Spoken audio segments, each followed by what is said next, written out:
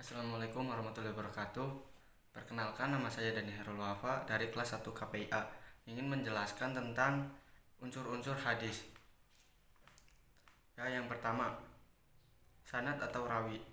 Kata sanad atau asanad merupakan bahasa Arab yang berasal dari akar kata asanad yasnudu yang berarti al-mu'tamad atau sandaran atau tempat bersandar, tempat berpegangan yang dipercaya dan yang sah. Dikatakan demikian karena hadis itu bersandar kepada yang dipegangi atas kebenarannya. Sedangkan secara terminologi, sanad adalah jalannya matan, yaitu silsilah para perawi yang memindahkan atau meriwayatkan matan dari sumber yang pertama. Yang kedua, matan. Matan atau al-matnu menurut bahasa ma'irtafa'a minal ardi, yang berarti tanah yang meninggi. Sedangkan menurut istilah adalah suatu kalimat tempat berakhirnya sanad. Ada juga redaksi yang lebih simpel lagi, yang menyebutkan bahwa matan adalah ujung sanad atau ghoyah as-sanad. Dari semua pengertian menunjukkan bahwa yang dimaksud dengan matan adalah materi atau lafal hadis itu sendiri. Yang ketiga, sigat at-tahamul wal ada. Pengertian tahamul wal ada al hadis. Tahamul dalam bahasa artinya menerima dan ada artinya menyampaikan. Jika digabungkan dengan al hadis, tahamul hadis berarti kegiatan menyampaikan riwayat hadis. Syarat tahamul wada al hadis ada 5. Yang pertama balik, yang kedua Islam, yang ketiga adil, yang keempat David, dan yang kelima Tisqoh. Yang keempat, muharijul hadis. Makna harfiah kata muharij yang berasal dari kata kharaja adalah orang yang mengeluarkan. Makna tersebut juga bisa didatangkan dari kata akhraja dengan isim fa'liya mukhrij. Menurut para ahli hadis, yang dimaksud dengan muharij adalah sebagai berikut. Mukhrij atau muharij, orang yang berperan dalam pengumpulan hadis. Dapat juga didefinisikan muharijul hadis adalah orang yang menyebutkan perawi hadis. Istilah ini berbeda dengan al-muhaddis atau al-muhaddis yang memiliki keahlian tentang proses perjalanan hadis serta banyak mengetahui nama-nama perawi, matan-matan dengan jalur periwayatannya, dan kelemahan hadis.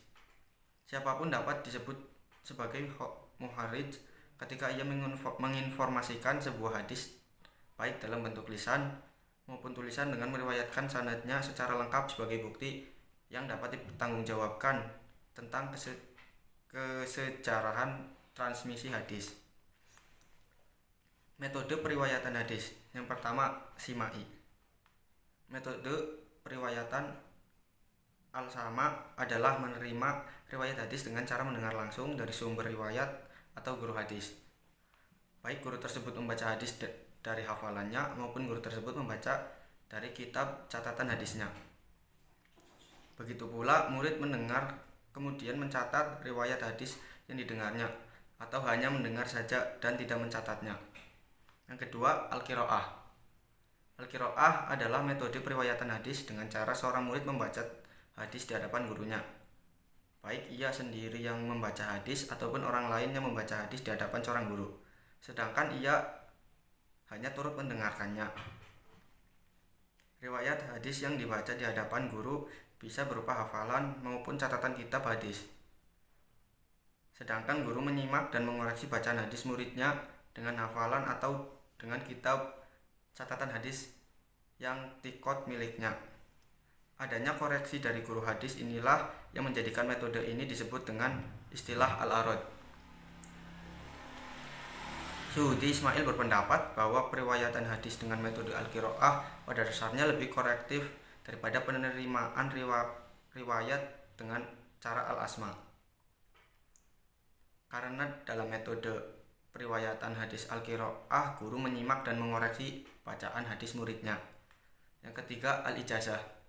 Periwayatan hadis dengan cara al-ijazah adalah pemberian izin dari guru hadis kepada muridnya untuk meriwayatkan hadis darinya. pemberian izin dapat dilakukan dengan lisan maupun tulisan. Namun demikian, periwayatan hadis dengan cara al-ijazah menumbuhkan asumsi bahwa periwayatan hadis tidak membutuhkan adanya perlawatan dalam mencari hadis. Karena seseorang murid dapat mendapatkan ijazah dari seorang guru, tidak perlu bersusah payah mencari hadis dari para guru hadis lainnya. Oleh karena itu, beberapa pakar hadis menolak penggunaan metode ini dalam meriwayatkan hadis. Yang keempat, al-munawalah. Periwayatan hadis dengan cara al-munawalah adalah seorang guru memberikan naskah hadis kepada muridnya. Metode al-munawalah dibagi menjadi dua, yaitu al-munawalah yang disertai ijazah dan al-munawalah yang tidak disertai ijazah. Metode al-munawalah yang disertai ijazah telah selesai pembahasannya dalam metode al-ijazah di atas. Sedangkan metode al-munawalah al-mujarradah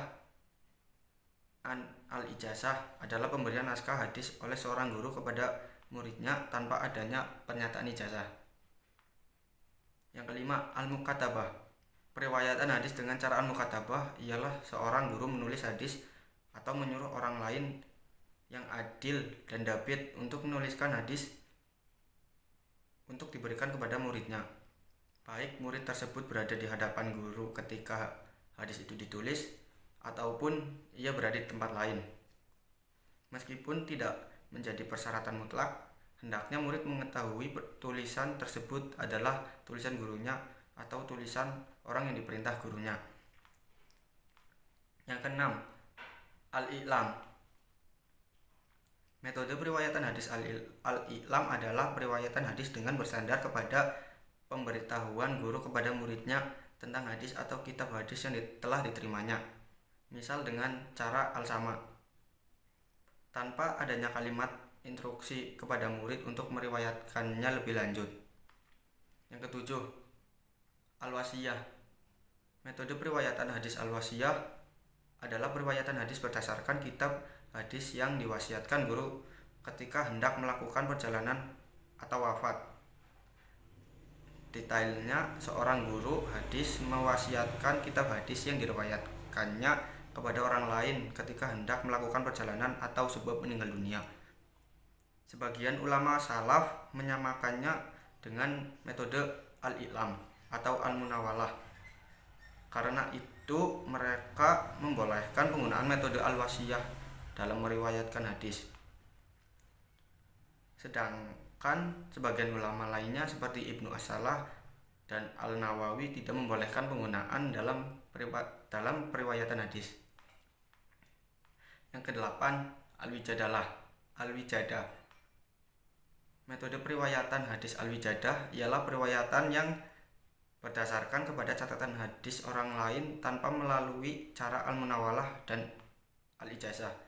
Jelasnya seseorang mendapati hadis sebab menemukan naskah hadis orang lain, baik penulis naskah tersebut semasa ataupun tidak, pernah bertemu ataupun tidak pernah, dan pernah meriwayatkan hadis dari penulis atau tidak. Ya, sekian dari saya. Wassalamualaikum warahmatullahi wabarakatuh.